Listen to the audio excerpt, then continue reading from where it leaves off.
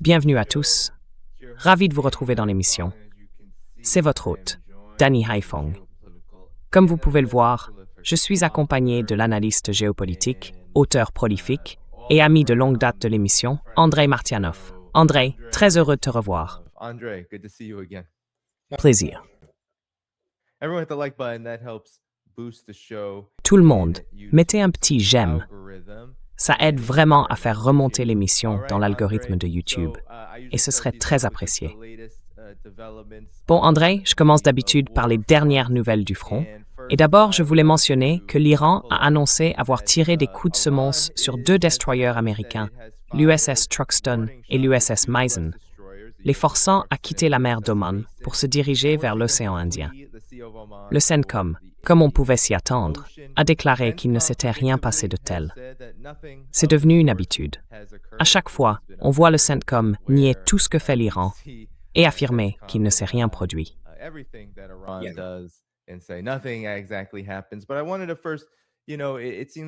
Mais d'abord, je voulais dire, vous savez, on a l'impression d'une humiliation de plus, une longue série en fait. Et toi, Andrei, tu es vraiment un expert sur la fiabilité, ou plutôt la faillibilité, de ces armes. Aide-moi à comprendre pourquoi, même à ce stade, alors que les États-Unis mènent ce blocus depuis des mois, et bien sûr cette guerre depuis des mois aussi, ces destroyers n'arrivent toujours pas à s'approcher de l'Iran, encore moins du Golfe Persique lui-même. Qu'est-ce qui se passe? Pourquoi ces navires-guerres sont aussi vulnérables?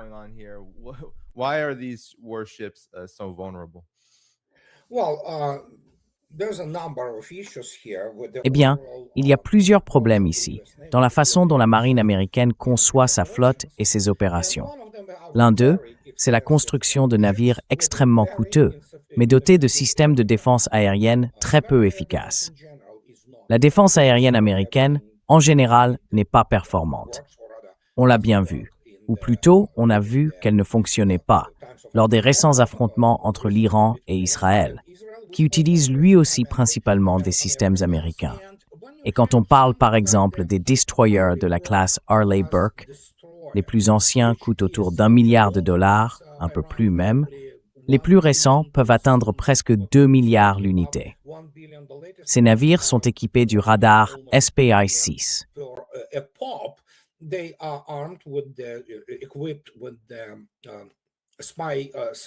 Radar à réseau phasé actif, et ils ont le système de contrôle de combat appelé Aegis. En matière de défense aérienne, ils n'ont en réalité que 2 armes vraiment efficaces, même de loin. Il s'agit bien sûr du SM-6 qu'ils embarquent dans les systèmes de lancement vertical MK-41 et, bien sûr, des Sea Sparrow. Quand je parle du SM-3, il n'est absolument pas conçu pour le combat aérien ou de surface. Résultat, la défense aérienne est très peu performante. Ils peuvent abattre 1, peut-être 2 missiles anti-navires, à condition qu'ils soient subsoniques. Mais si vous avez une salve, disons de 4, 6, voire 8 missiles, la défense aérienne ne tiendra pas le coup.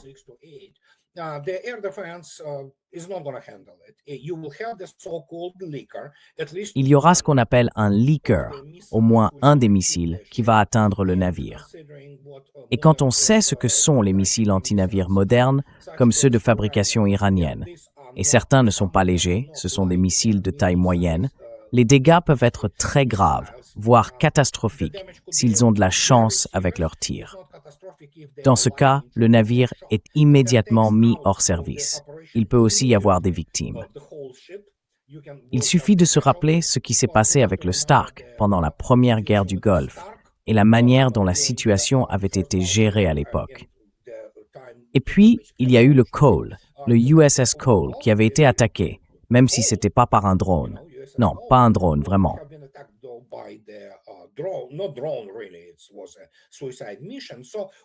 C'était une mission suicide. Alors, une fois que vous avez ça et qu'il y a des pertes, les États-Unis deviennent extrêmement sensibles à leurs propres pertes. C'est pour ça qu'ils doivent sans cesse mentir, dire que oui, non, tout va bien, rien de grave. Et dès que vous êtes dans cette situation, vous avez immédiatement non seulement un problème militaire, enfin disons-le, un vrai problème opérationnel, parce que tout le navire est mis hors service, Mais en plus, vous avez tout l'arsenal américain qui en prend un coup, à cause de leur, disons, arrogance sans limite, de leur vantardise, qui n'ont jamais reposé sur la réalité, entretenue par le complexe militaro-industriel américain. Leur réputation en prend un sérieux coup. En gros, c'est tout leur armement qui se retrouve discrédité.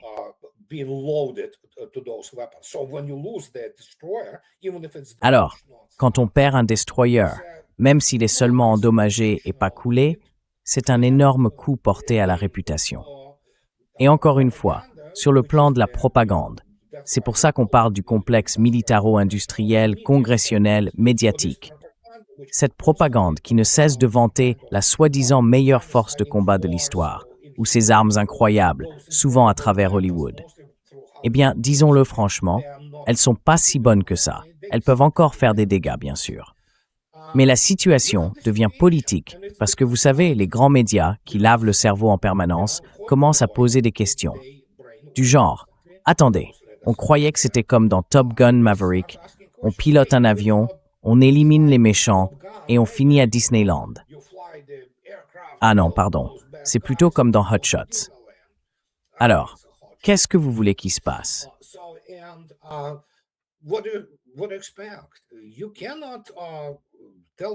On ne peut pas dire la vérité aux gens, parce que la plupart ne comprennent pas l'ampleur de la catastrophe que l'OTAN unifiée, dirigée par les États-Unis, a subie en Ukraine. On ne peut tout simplement pas dire la vérité. Ils doivent mentir en permanence. Et maintenant, il y a la situation avec l'Iran, et ça en dit long sur le faible niveau professionnel des planificateurs stratégiques du Pentagone. Ça, on le sait depuis un bon moment déjà. Et puis, il y a la question de la vulnérabilité et ces jouets hors de prix qui ne peuvent pas se permettre de perdre. On appelle ça l'aversion au risque ou l'évitement du risque. Ce sont des schémas de fonctionnement bien établis dans la marine américaine et dans l'armée américaine. Et c'est pour ça que tout ce concept est arrivé dans une impasse opérationnelle, et qu'il est complètement à bout de souffle. C'est exactement ce qu'on a observé.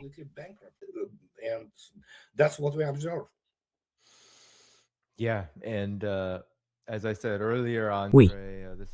Et comme je le disais tout à l'heure, Andrei, c'est un épisode de plus dans une longue série d'humiliations. Et je veux en parler. Je ne sais pas si tu as vu la vidéo exclusive de CNN. Une vidéo très très courte. Je vais juste la remettre depuis le début. Elle dure à peine 15 secondes. Mais CNN a publié une vidéo du USS Gerald Ford. Alors, comme le public le sait peut-être, le USS Gerald Ford n'est plus sur le terrain. Il est de retour aux États-Unis, à quai, parce que, soi-disant, un incendie dans la buanderie. Tu connais cette histoire, Andrei. Un incendie dans la buanderie s'est déclaré sur le plus grand porte-avions du monde, le rendant pratiquement inutilisable.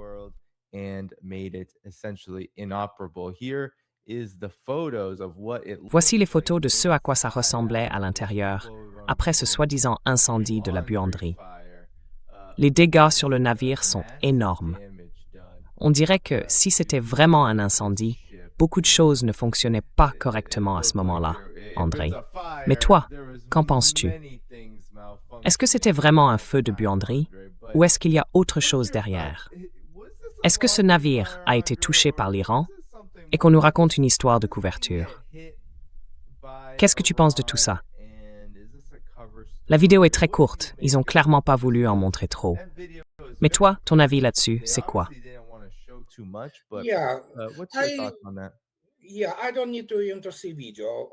Non, j'ai pas besoin de voir la vidéo.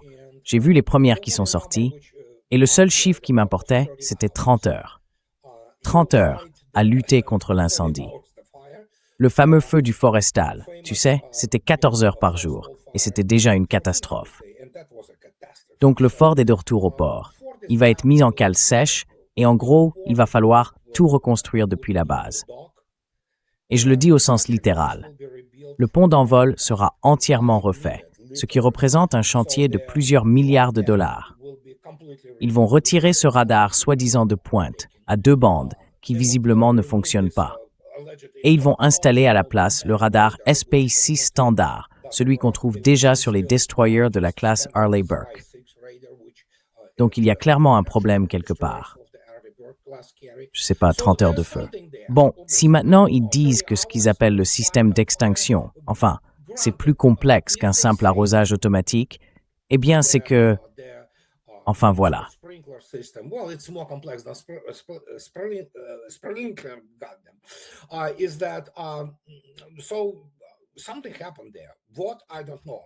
Il s'est passé quelque chose là-bas. Quoi exactement? Je ne sais pas. Un incendie qui a duré 30 heures, et le système anti-incendie ne s'est même pas déclenché. Donc oui, c'est sans doute pas bon signe pour un navire de cette catégorie. Et encore une fois, on sait maintenant ce qui va devenir, ce qui va advenir de ce navire. Au dock, dans le chantier naval, il va être pratiquement reconstruit à neuf. Leur système d'évacuation, comment ils appellent ça déjà? Un système de ventilation, je crois. Mais ça n'a rien à voir avec un ventilateur. À bord, leur canalisation, leurs eaux usées, c'est une catastrophe.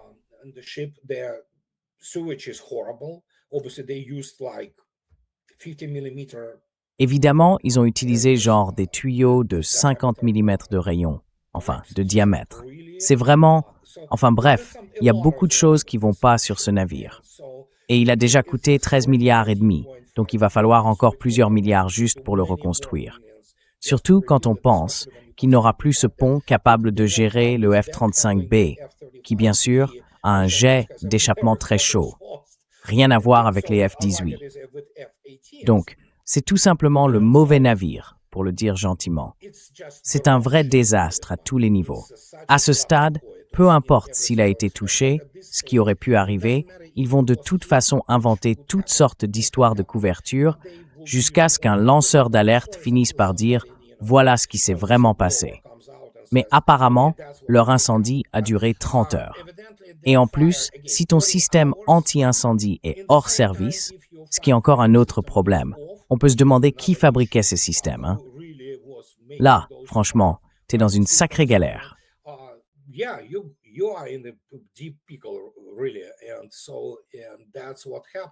Et voilà ce qui s'est passé. Franchement, c'est embarrassant. Beaucoup de gens n'osent pas le dire.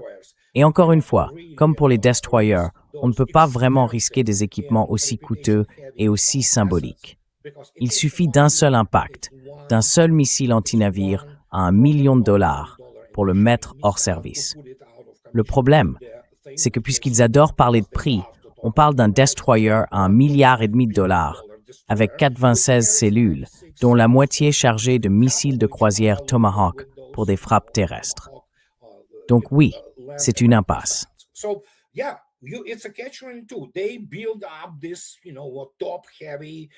Ils ont construit un ensemble d'équipements très coûteux, complètement déséquilibrés, avec certaines capacités essentielles, comme la défense aérienne, qui ne sont pas vraiment à la hauteur de ce qu'on en dit, pour ainsi dire, à l'international.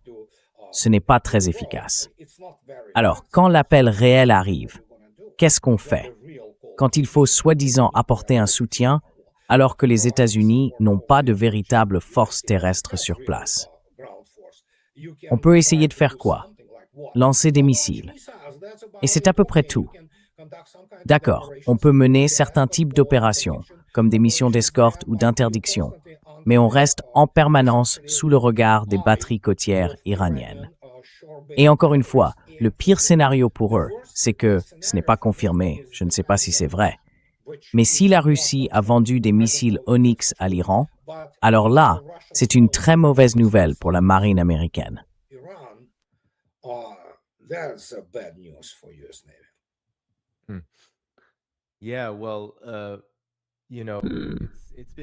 Oui, enfin, vous savez, c'est plutôt de mauvaises nouvelles. On dirait un peu partout pour les États-Unis. Je ne sais pas si vous avez vu Donald Trump récemment. Il s'est montré beaucoup plus timide, même dans sa position publique vis-à-vis de l'Iran. Vous savez, l'Iran a frappé le Koweït. L'Iran tient ses promesses. Les frappes symboliques des États-Unis sur l'île de Keshm, puis l'Iran frappe le Koweït. Ensuite, la 5e flotte à Bahreïn, ce qu'il en reste. Et depuis, ce qui s'est passé, c'est que maintenant l'Iran dit qu'il est prêt à frapper à nouveau Israël si Israël lance ses opérations à Beyrouth. Alors, oui, s'il frappe Beyrouth, en fait, il bombarde le Liban. Mais il y a cette idée que si Israël va plus loin jusqu'à la capitale, l'Iran ripostera.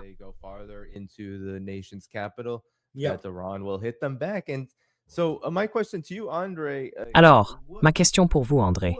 Pouvez-vous nous aider à comprendre l'équilibre des forces dans ces frappes aller-retour jusqu'à présent?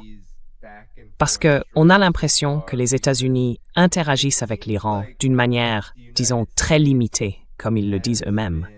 Ils vont même jusqu'à affirmer que cela ne viole pas le cessez-le-feu. Et puis, en face, l'Iran semble frapper un peu plus fort, puis encore un peu plus fort. Mais comment faut-il comprendre tout ça? Et Israël doit-il s'inquiéter si cette fameuse ligne rouge est franchie? Parce qu'il semble évident qu'ils n'ont aucune intention, bien sûr, de répondre à la demande de l'Iran de mettre fin complètement à la guerre.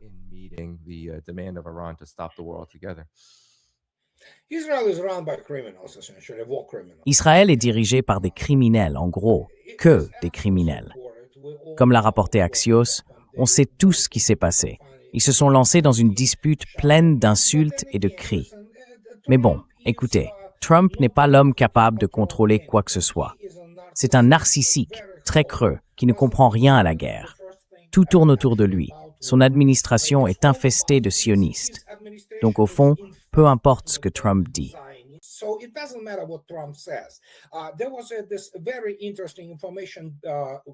Il y a eu cette information très intéressante venant de Pepe Escobar et Larry Johnson, selon laquelle Trump saurait maintenant que l'Iran possède une arme nucléaire. Alors, je ne sais pas à quel point c'est vrai, je dis juste que c'est une des choses qui circulent en ce moment. Et je vais le dire comme ça, si j'étais iranien, oui, je ferais en sorte qu'ils aient l'arme nucléaire, d'accord? Pour Israël, c'est en réalité rien de plus qu'un ensemble de bataillons punitifs, sans véritable capacité militaire, puisqu'ils ont été humiliés militairement dans le sud du Liban. Alors, que dire? Ils ont perdu la guerre, tout simplement. Et maintenant, ils font la seule chose que les États-Unis ont su faire avec Israël, de la propagande, des déclarations grandiloquentes, en agitant l'air avec tout ce qu'ils trouvent de prometteur ou d'utile sur le moment.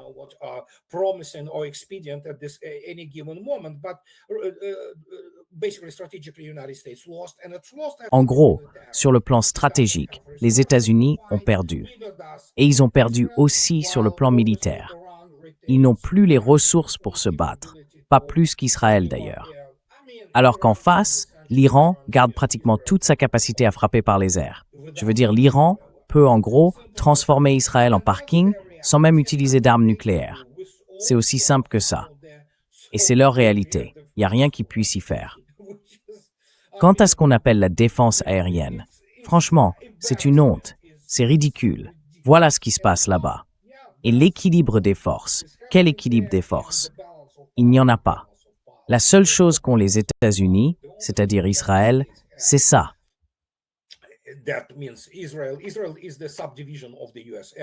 Israël, c'est en quelque sorte une subdivision de l'armée de l'air américaine. Ou plutôt, on pourrait dire l'inverse. L'armée de l'air des États-Unis est, vous savez, dirigée par Israël et elle exécute ses ordres. En gros, tout ce qu'ils peuvent faire, c'est décoller, entrer dans l'espace aérien, lancer quelque chose, puis repartir en essayant d'échapper à la défense aérienne. Et c'est tout. Oui, le monde l'a vu. La seule chose qu'ils ont, comme je l'ai déjà dit, c'est ce complexe médiatique, ces spécialistes de la communication, cette engeance humaine qui, en gros, se consacre à ce métier. Et donc, ils présentent les choses de manière à faire croire que les États-Unis ont encore le moindre contrôle sur la situation.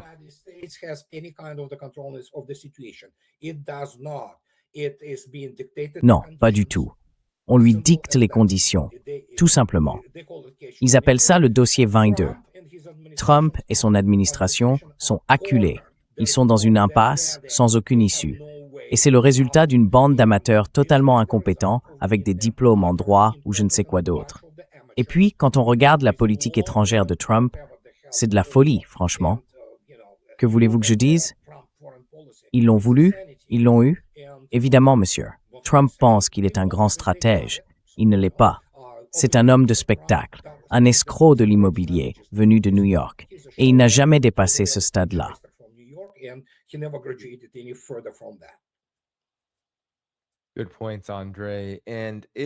Très bons arguments, André. Et c'est justement la raison pour laquelle l'Iran, parce que, tu sais, l'Iran a déjà mis ses menaces à exécution.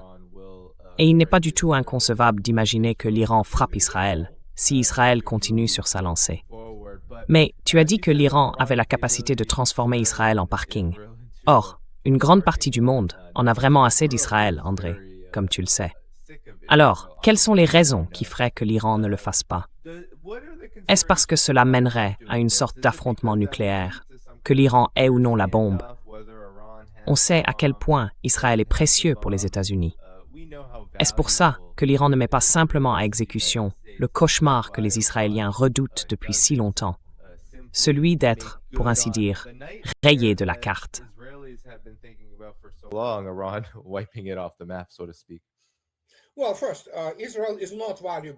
Eh bien, d'abord, Israël n'a aucune valeur pour les États-Unis. C'est un pays parasite. Il n'a de valeur que pour ses 57 soi-disant chrétiens sionistes fanatiques. Ce ne sont pas des chrétiens, ce sont des sionistes. Ils se cachent simplement derrière cette rhétorique pseudo-chrétienne absurde et l'hérésie de la Bible de Scofield. Mais Israël est l'une des principales raisons pour lesquelles les États-Unis se retrouvent dans cette situation aujourd'hui. Le pays est en faillite, humilié partout et totalement impuissant sur le plan militaire. Donc la seule chose qui reste aux États-Unis, évidemment, ce sont les armes nucléaires. C'est tout ce qu'ils ont.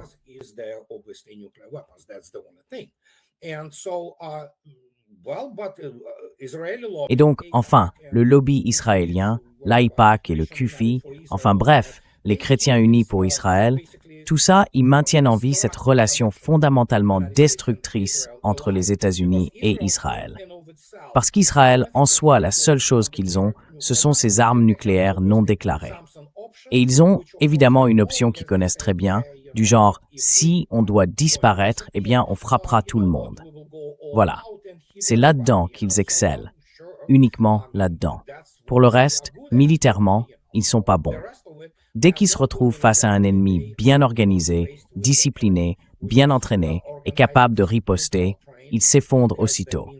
Et encore une fois, beaucoup de gens ne comprennent pas qu'ils ont en réalité perdu, en termes de blindés, au Sud-Liban, l'équivalent de 2 brigades blindées. Beaucoup de gens ne le savent même pas. Et c'est difficile à expliquer à un public qui, disons-le, est essentiellement conditionné par les médias traditionnels. C'est pour ça qu'ils ne savent faire qu'une chose, commettre des atrocités et des génocides. En tant que force de combat, ils sont de second ordre. Et donc le Hezbollah a montré qui ils étaient vraiment. Et tout le reste, ces histoires qu'on nous vend, c'est juste de la promotion médiatique, comme pour le système Iron Dome.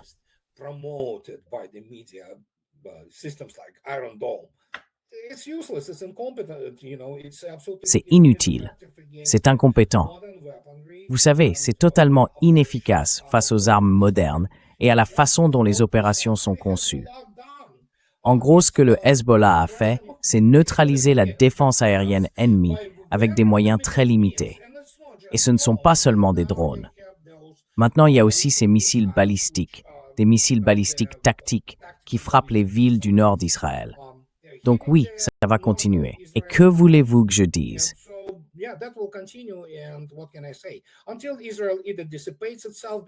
Jusqu'à ce qu'Israël finisse par se dissoudre lui-même, parce qu'il a commis des atrocités et un génocide. Personne, à part Washington DC, n'a la moindre morale pour pardonner ça. Eux, ils le feront parce que c'est en quelque sorte leur État client. Et peu importe les efforts qu'ils déploient avec leur lobby et vous savez, toutes sortes de soutiens dans la diaspora, ils finiront probablement par se dissiper un jour et disparaître. Parce qu'au fond, tout le monde voit maintenant ce qu'ils représentent sur le plan politique, moral, ou plutôt l'absence de morale, idéologique et économique. Sur le plan économique, c'est un poids plume.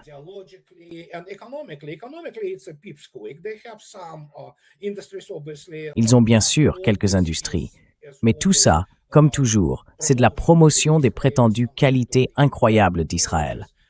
En réalité, ils dépendent totalement des États-Unis, qui leur fournissent, en gros, 18 milliards de dollars par an. En fait, c'est Washington qui a construit la majeure partie de tout ça pour Israël. Regardez l'équipement de l'armée israélienne, les forces de défense d'Israël. La plupart du matériel est américain. Oui, ils ont le Merkava, quelques véhicules blindés, des armes légères, des composants électroniques, ce genre de choses. Mais regardez bien, l'armée de l'air israélienne, au fond, c'est l'armée de l'air américaine.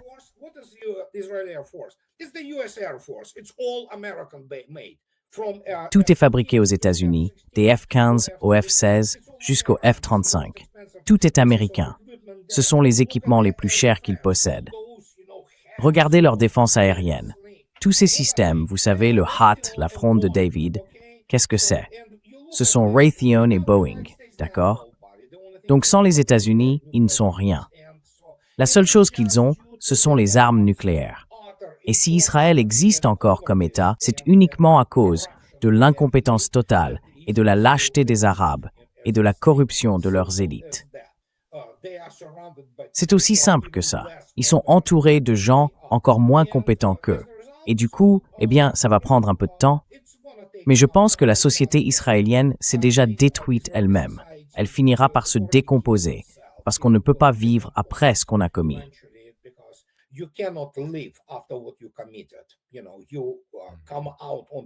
Vous savez, on en ressort complètement déboussolé, comme les Allemands l'ont été. Il y a toutes sortes d'anomalies sociales et culturelles qui se produisent déjà là-bas. Que voulez-vous que je dise? Maintenant, ils refusent même leurs services en Europe aux Israéliens. C'est dire à quel point la situation est devenue grave.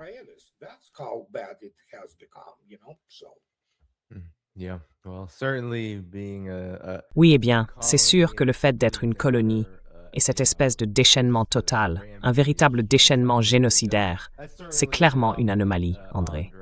Comme tu l'as dit, ça ne peut pas durer éternellement. Laisse-moi te faire écouter quelque chose.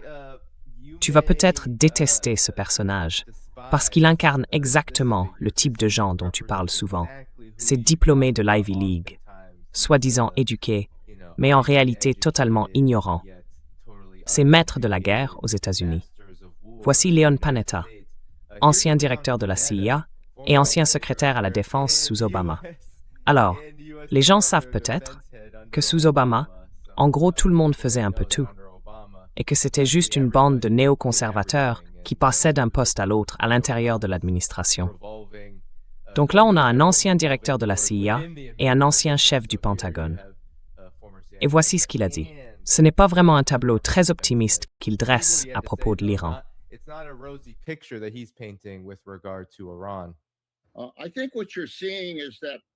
Je pense que ce qu'on voit, c'est que cette guerre est en train de devenir d'une certaine façon le Vietnam de Trump. Au Vietnam, on a négocié, mais au final, les Nord-Vietnamiens ont pratiquement tout pris en main. On a eu de la chance de pouvoir retirer nos troupes, et j'ai l'impression qu'on se dirige vers la même situation avec cette guerre. Vous décrivez donc une grave erreur qui finit dans un bourbier. C'est bien ça? Oui. Oui. Exactement. Oui, exactement. Je pense qu'au fond, tant qu'on aura en Iran un régime radical auquel on ne peut pas faire confiance, tout accord, par exemple, sur le détroit d'Ormuz, ne sera au mieux que temporaire, parce que l'Iran garde le contrôle du détroit d'Ormuz. Et si on essaye de négocier un accord nucléaire en se basant sur la parole de ce régime, on ne peut tout simplement pas leur faire confiance. Il faudra mettre en place un vrai processus de vérification pour s'assurer qu'ils respectent bien les limites d'enrichissement. Et ce processus, il n'a même pas encore commencé.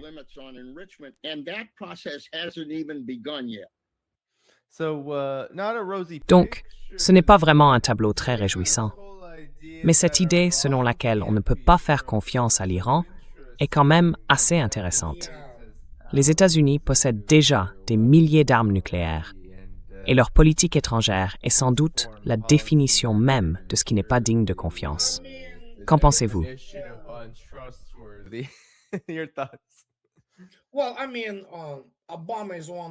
Je veux dire, Obama fait partie des pires, et son administration aussi, l'une des pires de l'histoire américaine. juste dépassée par celle de Trump et de Biden. Si on regarde toute cette série de soi-disant présidents américains à partir de Bill Clinton, on voit clairement la dégénérescence complète de la pensée stratégique américaine, qui d'ailleurs n'a jamais été vraiment brillante au départ. Et la diplomatie, en gros, a cessé d'exister comme un véritable art d'État aux États-Unis. Parce que quand on regarde qui dirige le département d'État et qui sont ces gens-là, franchement, c'est pathétique. C'est du niveau du tiers-monde en réalité. Mais bon, ils doivent bien sortir et dire quelque chose. Ce sont des esprits primitifs très faibles. Et honnêtement, attendre d'un bureaucrate de Washington, diplômé en je ne sais quoi, sciences politiques, droit, qu'il devienne, disons, directeur de la CIA ou un de ces idiots bardés de diplômes, c'est absurde.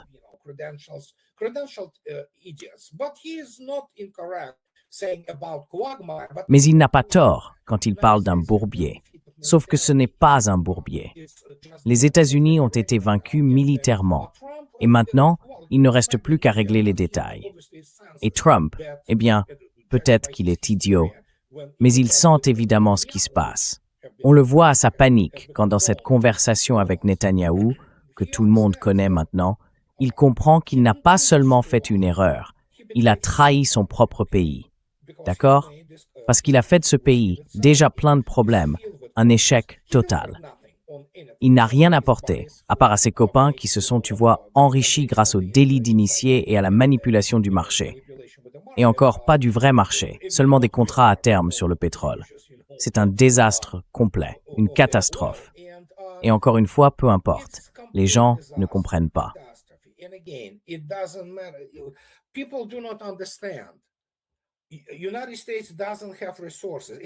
Les États-Unis n'ont pas les ressources.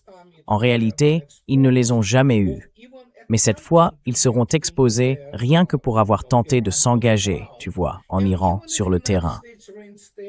Et même si les États-Unis rétablissent la conscription, ce qui en soi marquerait la fin des États-Unis, même si, d'une manière ou d'une autre, ils parviennent à enrôler, disons, 1 million de personnes, ou peu importe, ce ne sera pas suffisant pour entrer en Iran et y faire quoi que ce soit, ni pour atteindre un objectif politique. Parce que là-bas, le prix à payer, le coût, serait catastrophique. Ça ferait paraître l'Iran, enfin le Vietnam, comme une simple promenade, un petit pique-nique du week-end, tu vois. Et donc, certains ont compris ça. Trump, apparemment, vient seulement de recevoir le message, tu vois. Et encore une fois, les États-Unis sont une société totalement allergique aux pertes humaines. Ils ont toujours cherché à les cacher, à les dissimuler, à jouer avec cette réalité.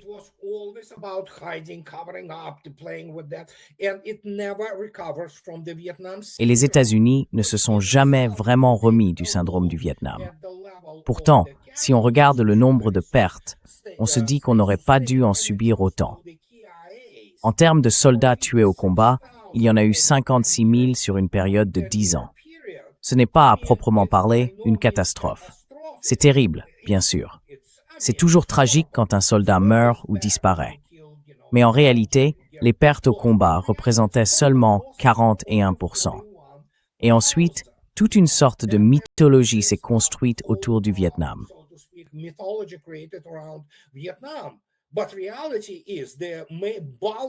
Mais en réalité, la majorité des pertes, si on peut dire, n'a pas été subie par les États-Unis au Vietnam. C'était l'ARVN, l'armée sud-vietnamienne, qui a eu 1 300 000 pertes, dont plus de 350 000 morts au combat. Bien sûr, on disait qu'ils ne savaient pas se battre. Oui, bien sûr. Mais le fait est que tout ça a fini par exploser. J'en ai parlé, je l'ai prévenu depuis 12 ans.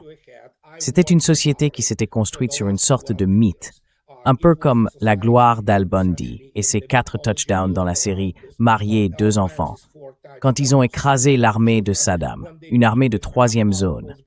Et là, oh mon Dieu, regardez-moi ça.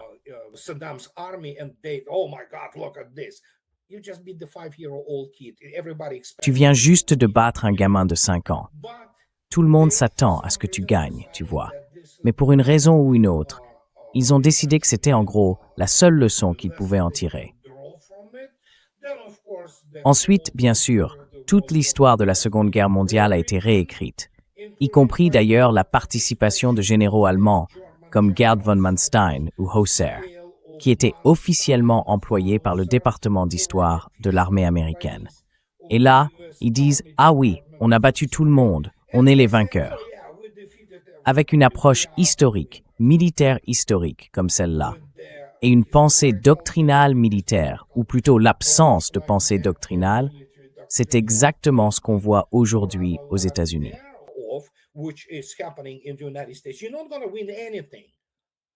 Tu ne vas rien gagner du tout. Et c'est exactement ce dont j'avais prévenu. Je me souviens, quand ce livre est sorti, il a fait pas mal de bruit.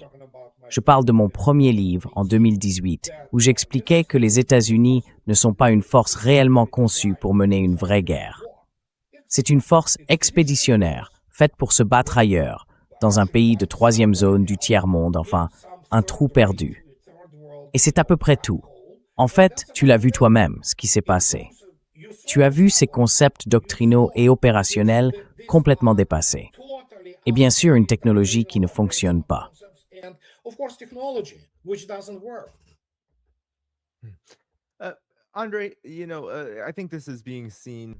André, tu sais, je pense que c'est très clair quand on regarde la situation.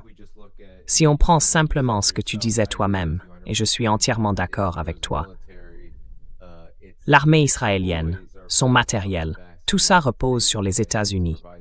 Ce sont les États-Unis qui fournissent ces équipements, et c'est pour ça qu'Israël les possède. Mais là, ils n'arrivent pas à arrêter ces drones FPV. J'en entends parler presque tous les jours sur les réseaux sociaux, et même les grands médias en parlent maintenant. Alors, c'est quoi exactement ces drones FPV? Pourquoi posent-ils autant de problèmes? Ils n'ont pas l'air très chers, ni très compliqués à fabriquer. Alors, pourquoi causent-ils autant de difficultés à Israël? Surtout quand on sait, Israël a une armée qui vaut plusieurs milliards de dollars, soutenue par les États-Unis.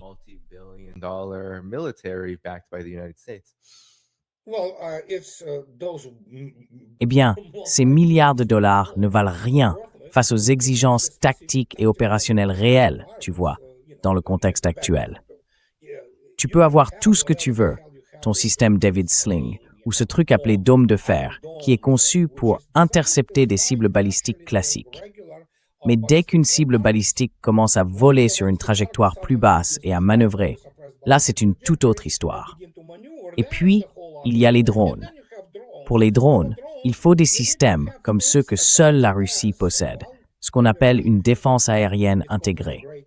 Elle comprend des systèmes comme évidemment le Tor M1, le Tor M2 ou encore le Pantsir S1, qui sont extrêmement efficaces contre ce type de drone.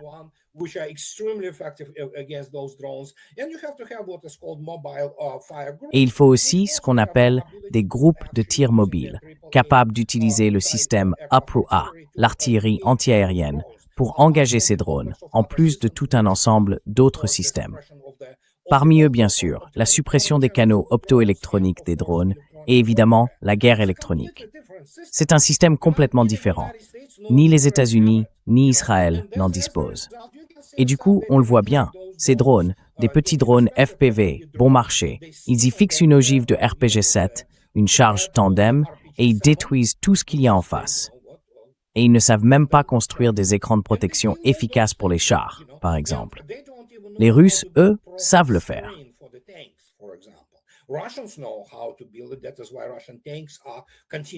C'est pour ça que les chars russes continuent d'augmenter en nombre et qu'ils opèrent presque librement.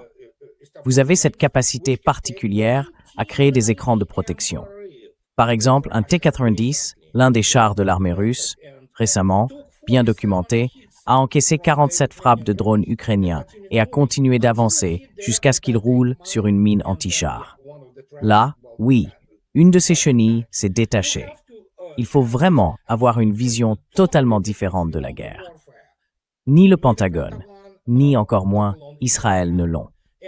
Et même avec l'apparition de nouvelles armes, comme on l'a vu nous-mêmes, des missiles balistiques bien plus efficaces, pas des roquettes artisanales de type Katyusha fabriquées à partir de tuyaux d'égout comme avant. Eh bien, tout à coup, on se retrouve avec des missiles balistiques sophistiqués, précis et même capables de manœuvrer venus d'Iran. Et devinez quoi? La défense aérienne en Israël s'effondre complètement. Et c'est la même chose pour ces 16 bases américaines au Moyen-Orient. Elles ont disparu. Elles ne sont plus opérationnelles.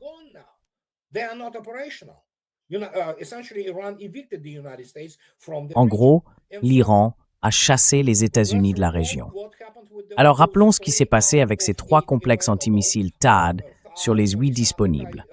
3 d'entre eux ont été détruits par quoi? Par des drones. Donc, ils ne comprennent tout simplement pas ce qu'est la défense aérienne. L'idée américaine de la défense aérienne, ça a toujours été ça. Ah oui, on fait décoller l'E-3 Sentry, on envoie tous ces F-16, ces F-15 et cet avion AWACS. Ah, voilà des missiles qui arrivent. Très bien, on va les abattre. Et ensuite, on a les Patriots, qui ne fonctionnent pas et qui sont censés finir le travail. Hourra, voilà notre défense aérienne.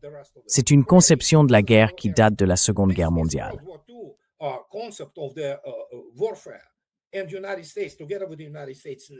Les États-Unis et la marine américaine avec eux sont encore prisonniers d'une mentalité héritée de la Seconde Guerre mondiale parce qu'ils n'en ont absolument rien appris.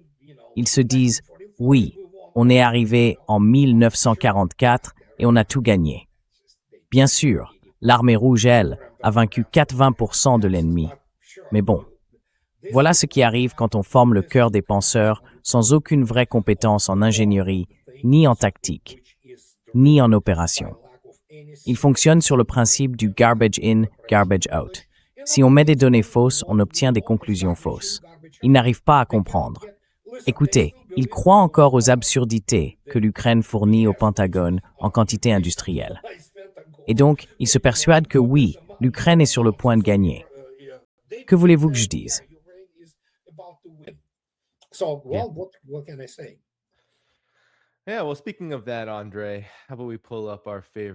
Oui, alors à ce propos, André, si on regardait un peu notre propagande favorite venue du Qatar, enfin, disons plutôt occidentale, sur ce conflit, on voit, ah non, ça c'est même pas, je sais pas si c'est le bon article. Bref, laissez-moi juste retrouver ça une seconde.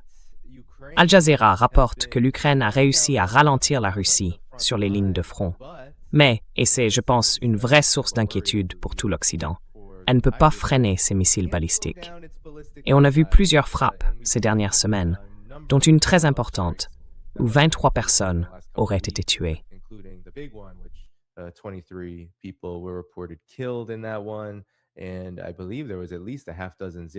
Et je crois qu'il y a eu au moins une demi-douzaine de missiles Zircon utilisés là-bas. Alors, aidez-nous à comprendre ce que la Russie est en train de déchaîner sur l'Ukraine en ce moment, par les airs et surtout sur Kiev. Et peut-être aussi à comprendre cette situation étrange. La Russie dispose d'une puissance de feu énorme. Il y a quelques semaines, elle a de nouveau utilisé le missile Kinzhal. Pourtant, les grands médias continuent d'affirmer que, sur le champ de bataille, la Russie a été ralentie, voire repoussée. Est-ce que tout cela est vrai? Aidez-nous à comprendre la réalité.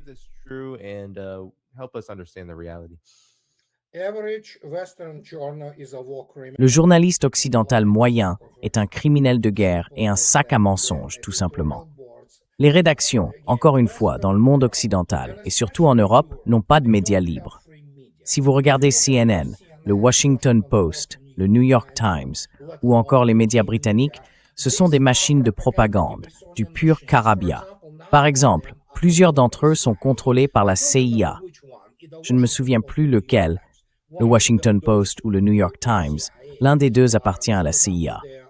Et puis, il y a évidemment The Economist et le Financial Times, qui sont carrément des opérations du MI6. Donc ils mentent. Ils sont protégés parce qu'ils se cachent derrière les civils et derrière le dos de leurs ennemis, la chair à canon de l'Ukraine. Oui, ils mentent.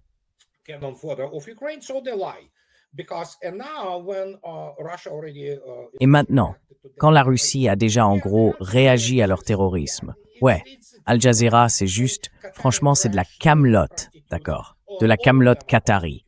Ce sont des prostituées. Tous, littéralement. Ils vendraient leurs femmes, leurs maris, peu importe, juste pour leur soi-disant histoire. Ce sont des machines à désinformation.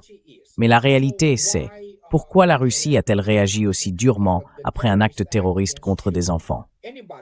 N'importe qui l'aurait fait.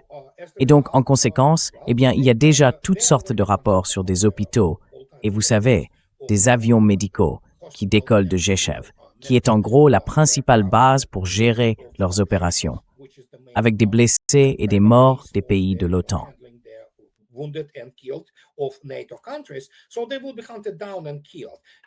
Alors, ils seront traqués et tués parce qu'ils se trouvent à Kiev, au milieu des zones résidentielles, dans les immeubles et ce genre d'endroits.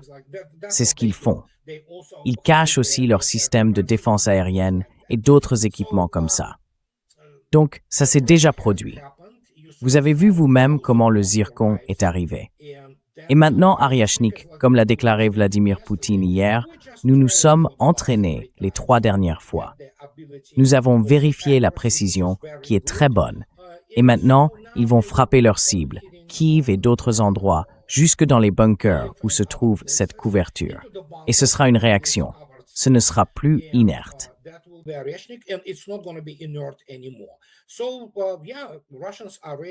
Oui, les Russes sont prêts. Et ils le font déjà. Vladimir Poutine l'a d'ailleurs déclaré hier. Il ferait mieux de fuir. Mais le problème, c'est que la Russie a de très bons contacts humains sur le terrain, en Ukraine. Les noms des personnes qui donnaient les ordres de frappe, et CNN faisait partie de l'équipe de couverture. C'est pour ça qu'il n'était pas présent dans la région de Starobelsk, parce qu'en réalité, il couvrait ceux qui ont tué ses enfants. CNN est une organisation terroriste. Ce sont tous des terroristes, en fait. Ils soutiennent tout ça. Et ça, c'est encore un autre sujet sur les raisons pour lesquelles c'est comme ça. Mais voilà.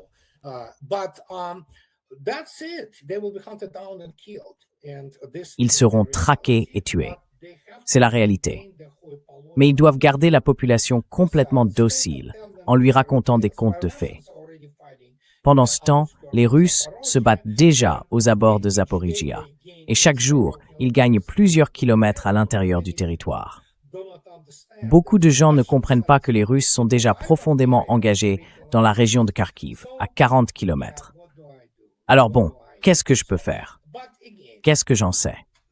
Et puis encore une fois, Al Jazeera, c'est le Qatar. Le Qatar, c'est disons l'un des fournisseurs et soutiens de Daesh avec Israël, vous voyez. Donc, on ne peut rien attendre de normal de la part de ces gens-là.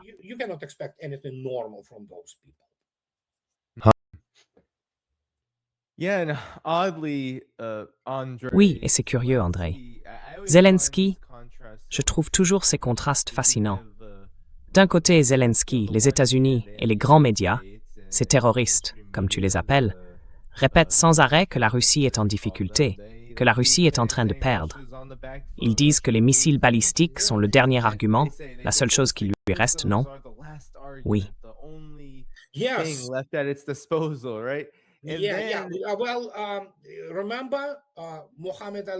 Vous vous souvenez de Muhammad Ali?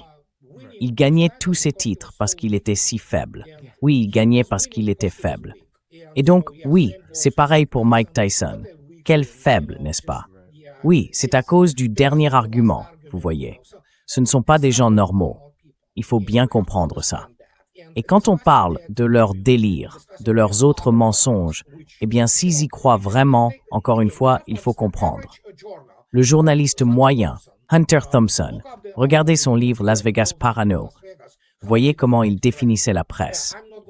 Oui, je ne vais pas le dire ici, mais en gros, ce n'est que des grossièretés. Ce sont des minables, littéralement des prostituées. Prenez n'importe qui à CNN, au Washington Post ou à Al Jazeera. Ce sont des prostituées médiatiques, des gens sans éducation. Parce qu'au fond, le journalisme, ça n'existe tout simplement pas.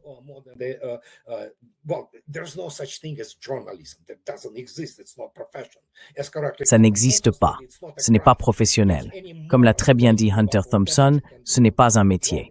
N'importe quel idiot avec un QI au-dessus de la température ambiante peut devenir journaliste, d'accord? Ou disons, un reporter, si vous préférez. Mais en général, quand on parle de tout ça, c'est de la propagande à la Goebbels. Goebbels, lui, n'a jamais tué personne de ses propres mains. Il faut comprendre que Goebbels, c'était, disons, un type plutôt calme, qui traînait à Babelsberg, en banlieue de Berlin. Mais, pour une raison ou une autre, il savait qu'il devait se suicider. Et ils ont aussi exécuté leur propre famille, avec les enfants. Donc, il faut bien comprendre que le crétin moyen qui sort d'une école de journalisme à Harvard, par exemple, eh bien, c'est un crétin.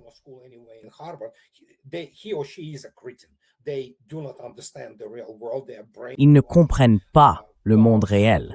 Ce sont des rouages conditionnés dans cette machine de propagande. Et c'est grâce aux médias indépendants comme le vôtre, par exemple, que les gens commencent à entendre aux États-Unis, tu vois, un autre point de vue. Et pas alternatif, non, parce que ça aussi, c'est une autre cage. Ah, c'est un point de vue alternatif. Non, la vérité, on peut la connaître. C'est justement ce que ces chrétiens veulent te faire croire. Que tu ne peux pas connaître la vérité, qu'il faut toujours deux personnes qui se crient dessus. Ah, c'est un point de vue alternatif. Non, il n'y a pas de point de vue alternatif. Il y a soit la vérité, soit le mensonge. Point final. C'est aussi simple que ça. Noir ou blanc.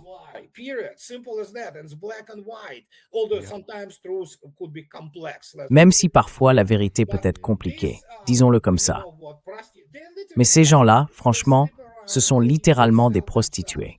Ils couchent à droite, à gauche, ils se vendent pour, je sais pas, de l'argent, un bon dîner, peu importe. Ils n'ont aucune intégrité humaine, aucune morale. Pas une seule personne à CNN, au Washington Post, au New York Times, ou encore moins dans les médias britanniques, n'a la moindre morale. Ce sont des déchets humains, y compris les comités de rédaction. Et ils sont victimes de chantage, évidemment, par des gens qui savent très bien comment les tenir, sans même parler de la BBC, qui serait, selon eux, le repère des pédophiles. Voilà le genre de personnes dont on parle. Et ces gens-là veulent nous convaincre qu'ils sont d'une certaine manière une alternative. Mais non, il y a la vérité, et il y a ce qui n'est pas la vérité. Donc, le mensonge, tout simplement. Ce n'est pas qu'il existe des univers alternatifs qu'ils inventent à travers leurs récits. C'est ça qu'il faut bien comprendre.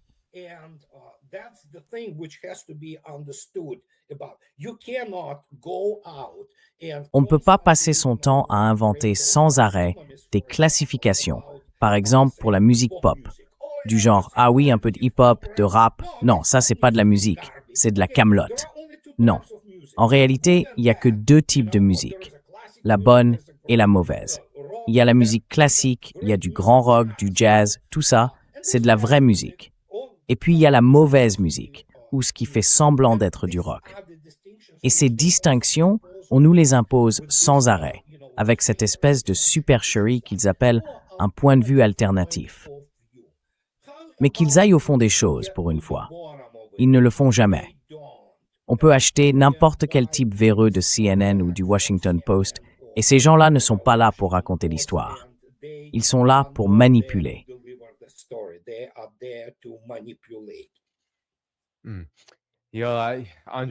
Tu sais, André, tu te souviens peut-être que Donald Trump disait souvent ça, des faits alternatifs. Tu te rappelles sûrement. Et pour moi, c'est le summum, parce qu'il est lui-même un imbécile à bien des égards. En fait, il a un peu révélé par accident à quel point, comme tu le disais, des gens comme lui et ceux qui le soutiennent, ces élites parasites, aiment manipuler les choses pour nous faire passer pour l'alternative. Alors qu'en réalité, ce sont eux qui diffusent sans arrêt des faits alternatifs qu'on est censé avaler et considérer comme une soi-disant vérité. Donc, pour conclure, André, Vladimir Poutine est en ce moment au Forum économique de Saint-Pétersbourg. Il a réagi à plusieurs sujets liés à l'Iran. Il a déclaré qu'en réalité, l'Iran n'avait rien reçu de la Russie pendant cette période. Mais il a ajouté qu'il comprenait pourquoi l'Iran avait réagi comme il l'a fait face aux attaques américano-israéliennes. Oui, c'est... Qu'est-ce que vous en pensez? Et peut-être que vous pouvez nous donner un peu de contexte. Vous savez, Leon Panetta a dit que c'était le moment Vietnam de Trump. Est-ce que vous êtes d'accord avec ça? Et est-ce que c'est un peu la direction qu'on prend, pas seulement avec l'Iran, mais aussi, enfin, l'Ukraine est toujours en cours. Et les États-Unis, à chaque fois qu'ils s'engagent quelque part, semblent avoir du mal à conclure, pour ainsi dire. Je pense que c'est un vrai tournant historique, surtout quand on considère que, comme vous l'avez dit, les États-Unis ont toujours voulu présenter leur bilan d'après-guerre comme quelque chose de grandiose, alors qu'en réalité, la plupart du temps, ils affrontaient des adversaires bien plus faibles, voire complètement démunis.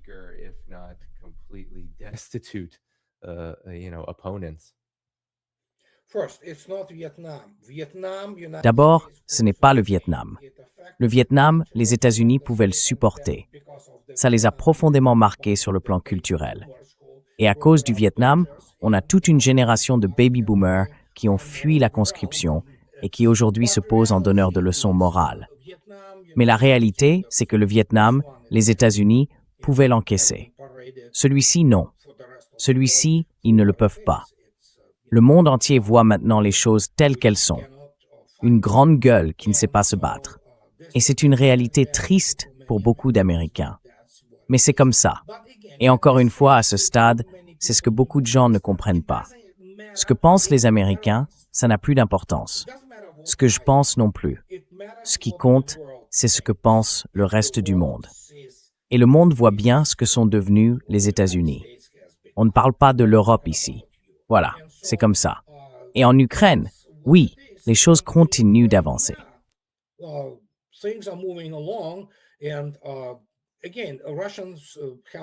Encore une fois, les Russes contrôlent pratiquement 90% du reste. Je veux dire, 90% de l'oblast de Donetsk est libéré. Ils doivent maintenant terminer avec l'agglomération Kramatorsk-Sloviansk, qu'ils sont en train d'encercler, de refermer, et Konstantinovka tombera bientôt. Oui, les choses avancent. Chaque jour, ils progressent d'1, 2, parfois 3 kilomètres. Mais, encore une fois, on ne peut pas expliquer à certains imbéciles que les Russes ne sont pas là pour conquérir l'Ukraine. Les Russes ne sont pas là pour des gains territoriaux. Et pourtant, on ne peut pas faire comprendre à des gens qui ont grandi avec la vision hollywoodienne de la guerre, y compris beaucoup de personnes au Pentagone issues de l'industrie du divertissement, que les Russes ne sont pas là pour des gains, pour des conquêtes territoriales, sauf pour ces 4 oblasts qui ont été rendus à la Russie.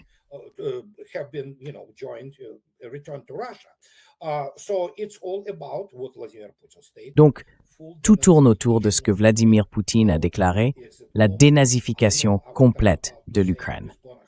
Comment ça se passe? Je sais que ce que je vais dire va blesser beaucoup de gens et en effrayer beaucoup aussi. On peut dénazifier l'Ukraine en éliminant, en anéantissant son potentiel de mobilisation et toute possibilité de restaurer l'État ukrainien tel qu'on l'a vu se former, en gros depuis 1991. Comment c'est fait? Pour ceux qui veulent connaître les vrais chiffres des pertes, je peux dire une chose. En gros, l'armée ukrainienne, avec ses soi-disant volontaires venus de l'Ouest, a subi environ 5 millions de pertes.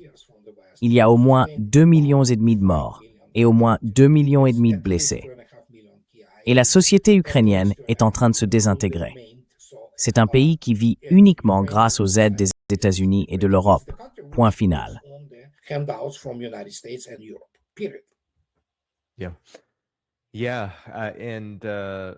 Oui. Et tu sais, je pense que c'est un bon moment pour te laisser, Andrei. Parce que tout ce que tu viens de décrire, je crois qu'il y a en ce moment une grande idée fausse, celle que les États-Unis seraient en train de revenir en force. Bien sûr, il y a les partisans de MAGA qui pensent que l'Amérique redevient grande grâce à cette énorme expansion de la guerre. Mais même parmi ceux qui s'opposent à l'Empire américain, qui trouvent cet empire abject dans sa manière d'agir, on sent beaucoup de pessimisme.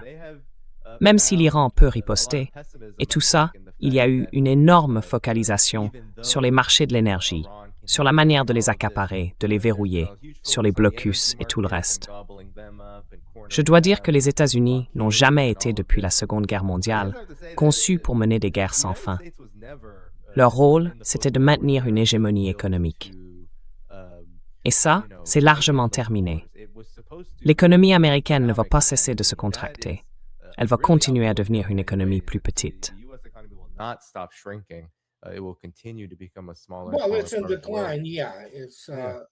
Eh bien, oui, c'est en déclin. Écoutez, la société américaine est totalement ignorante de la vraie guerre. C'est un fait, et ce n'est pas seulement mon opinion. C'est aussi celle du général Major général, docteur en physique s'il vous plaît, et après 20 ans passés à la DARPA, le général Robert Latif. Tout ce que la société américaine sait publiquement de la guerre, y compris les élites politiques, vient de l'industrie du divertissement. C'est une citation directe. Beaucoup de gens au Pentagone pensent la même chose. Vous savez, ils regardent le film Patton et ils se disent « voilà, ça c'est la guerre ». Mais non, ils en ont aucune idée. Et pourtant, les Américains sont en réalité la nation la plus armée de l'histoire. Moi aussi, j'ai mes armes, vous savez. Mais le vrai problème, c'est que c'est un moment de bascule pour les États-Unis. Et vous savez quoi? Voilà, c'est tout.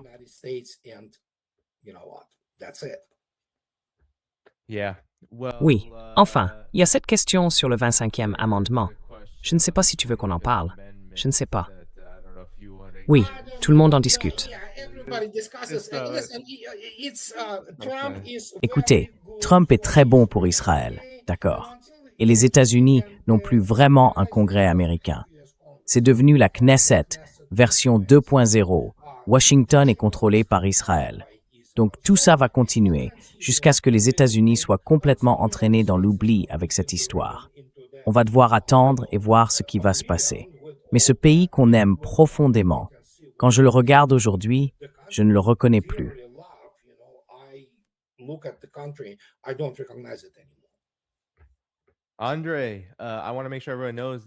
André, je veux m'assurer que tout le monde sache que ton blog et ta chaîne YouTube sont indiqués dans la description de la vidéo, juste en dessous, pour que les gens puissent aller voir ça après l'émission. Merci beaucoup d'avoir participé à l'émission. C'est vraiment apprécié, mon ami, et j'espère te revoir très bientôt. Oui, prends soin de toi. Salut. À plus. Bon, alors tout le monde, je vais juste conclure rapidement ici. Laisse-moi ajuster un peu cette caméra. Je bricole un peu le setup. J'essaie d'améliorer l'éclairage et tout ça. Rendu possible grâce à vous, à vos vues et à votre fidélité à cette émission. Alors, mettez un petit j'aime, tout le monde.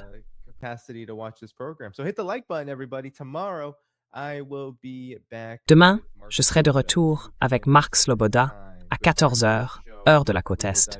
C'est un bon ami de l'émission. On ira plus en profondeur sur ces questions militaires.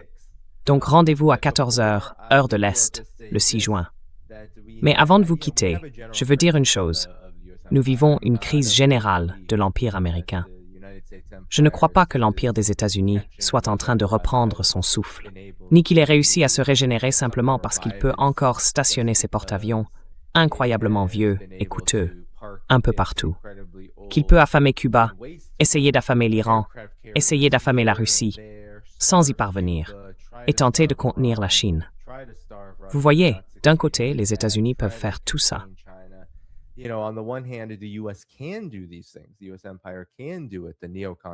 L'Empire américain peut le faire.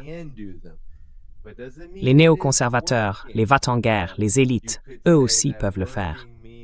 Mais est-ce que ça veut dire que ça marche? On pourrait dire que ça marche dans le sens où les États-Unis ont réussi à couper les marchés de l'énergie, à détruire encore. Et si on mesure le succès à la capacité de destruction, alors oui, l'Empire américain reste au sommet de sa forme. Mais si on regarde la situation réelle, la réalité sur le terrain, on voit une énorme crise de légitimité à l'intérieur du pays. Des tensions immenses sont sur le point d'exploser. Les gens en ont assez, ils n'en peuvent plus. Et bien sûr, les États-Unis eux-mêmes sont aussi le reflet de cet empire.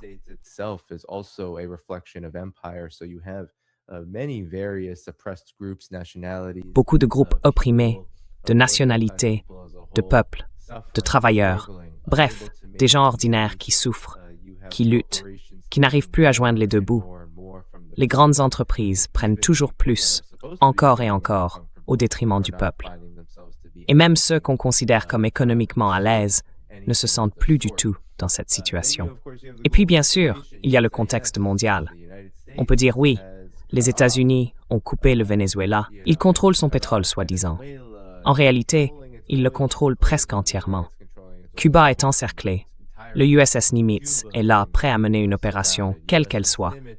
L'Iran, lui, a dû réduire une partie de ses exportations de pétrole à cause de ce blocus.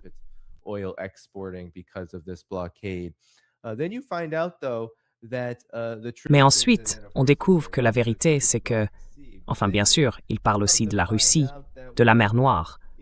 Mais quand on regarde de plus près, on se demande, est-ce que l'Empire américain devient vraiment plus fort? Est-ce que la part des États-Unis dans l'économie mondiale a augmenté ces dernières années? Et la réponse, c'est clairement non. Est-ce que l'Empire américain a réussi à contenir la Chine? Est-ce qu'il a réussi à affaiblir la Russie? La dernière fois que j'ai vérifié, ces deux pays, eh bien la Russie, par exemple, a beaucoup progressé sur le plan militaire. Elle a développé de nouvelles armes, des systèmes plus avancés. Elle s'est rendue plus stable sur le plan économique et sa monnaie est aujourd'hui l'une de celles qui croissent le plus vite au monde, juste après le dollar.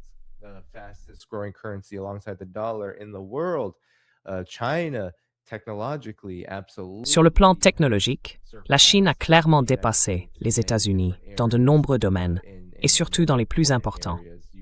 On a même vu, dans l'émission America's Got Talent, un danseur chinois se produire avec des robots humanoïdes pendant son numéro. Donc oui, les États-Unis ont été dépassés à bien des égards. Et bien sûr, la puissance économique de la Chine se mesure à tous les niveaux. Le niveau de vie augmente. La confiance envers le gouvernement progresse, l'espérance de vie aussi. Toutes ces choses-là n'existent pas aux États-Unis. C'est même l'inverse.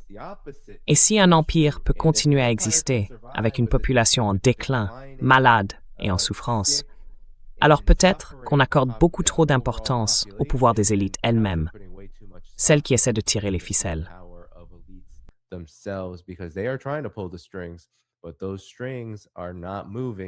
Mais ces ficelles ne bougent plus du tout de la même façon. L'Iran ne va pas s'effondrer. Et à moins que les États-Unis ne sortent un lapin de leur chapeau et ne trouvent un moyen de lancer une intervention militaire totale contre l'Iran pour atteindre les objectifs qu'ils disaient vouloir atteindre, eh bien, l'Iran sera là pour longtemps. Ce sera toujours la République islamique d'Iran.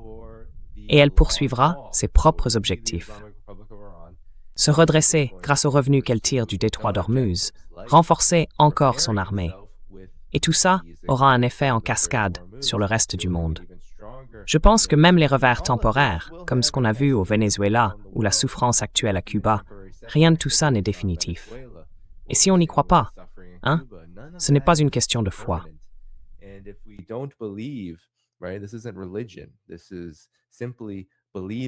C'est simplement croire en ce qu'on voit. Si on ne comprend pas que les Vénézuéliens, que les Cubains, qu'ils se battent depuis des années et des années, on passe à côté de quelque chose. Le processus n'est pas linéaire. Si on pense que l'Empire américain existe encore, au point de pouvoir tout renverser indéfiniment, avec une sorte de permanence, alors on n'a pas bien lu l'histoire. Globalement, la situation est plutôt bonne. Le monde multipolaire, les piliers de ce monde multipolaire, sont là pour durer. Je ne vois plus aucune capacité de l'Empire américain à influencer la politique en Russie ou en Chine. Et le reste du Sud global a désormais ses points d'ancrage pour le long terme.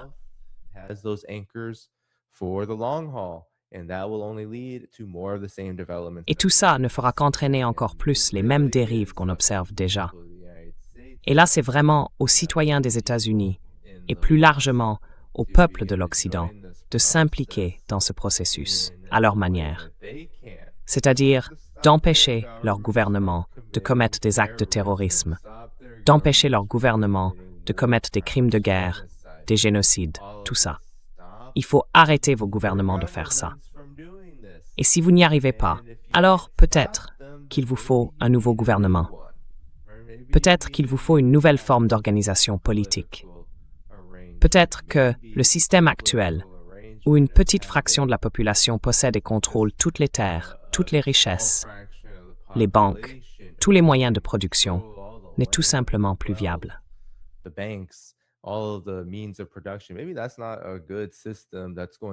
Peut-être que ce n'est pas un bon système, un système qui ne mènera qu'à la catastrophe, pour le présent comme pour l'avenir. C'est juste une idée. Mais je veux vous laisser avec cette idée parce que c'est, je crois, là-dessus qu'on doit concentrer notre attention. On a tiré, je pense, beaucoup d'inspiration de la résistance de force, comme l'Iran, le Hezbollah, la résistance en Asie de l'Ouest et bien sûr du monde multipolaire en mouvement. Mais on ne peut pas rester de simples spectateurs. Il faut continuer à affiner notre compréhension de tout ça pour pouvoir le transmettre aux gens. C'est tout l'enjeu. Et il faut toucher le public le plus large possible.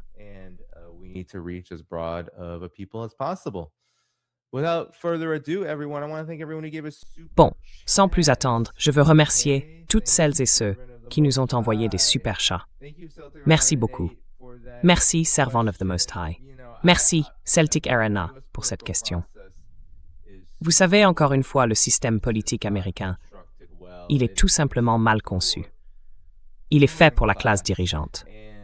Et je pense que si les citoyens veulent vraiment demander des comptes à leurs dirigeants, ils vont devoir trouver eux-mêmes un autre moyen de le faire. Un processus alternatif qui, je l'espère, finira par s'imposer dans la société, à la place de celui des élites. Allez, tout le monde, mettez un petit j'aime avant de partir. Et je vous rappelle, demain, à 14h, heure de la côte Est, le 5 juin. D'accord? Mark Sloboda, tomorrow, 2 p.m. Eastern Time, June 5th. All right? Mark that down. I'll be back with Mark. Notez bien ça. Je retrouverai Marc pour une autre heure de géopolitique. Dans la description de la vidéo, vous trouverez tous les liens pour soutenir l'émission. Patreon, Substack et bien d'autres. Sans plus attendre, merci encore à tous pour les nouveaux abonnements. Merci aussi pour les super chats. Et on se retrouve très bientôt. À bientôt. And I will see you then. Bye-bye.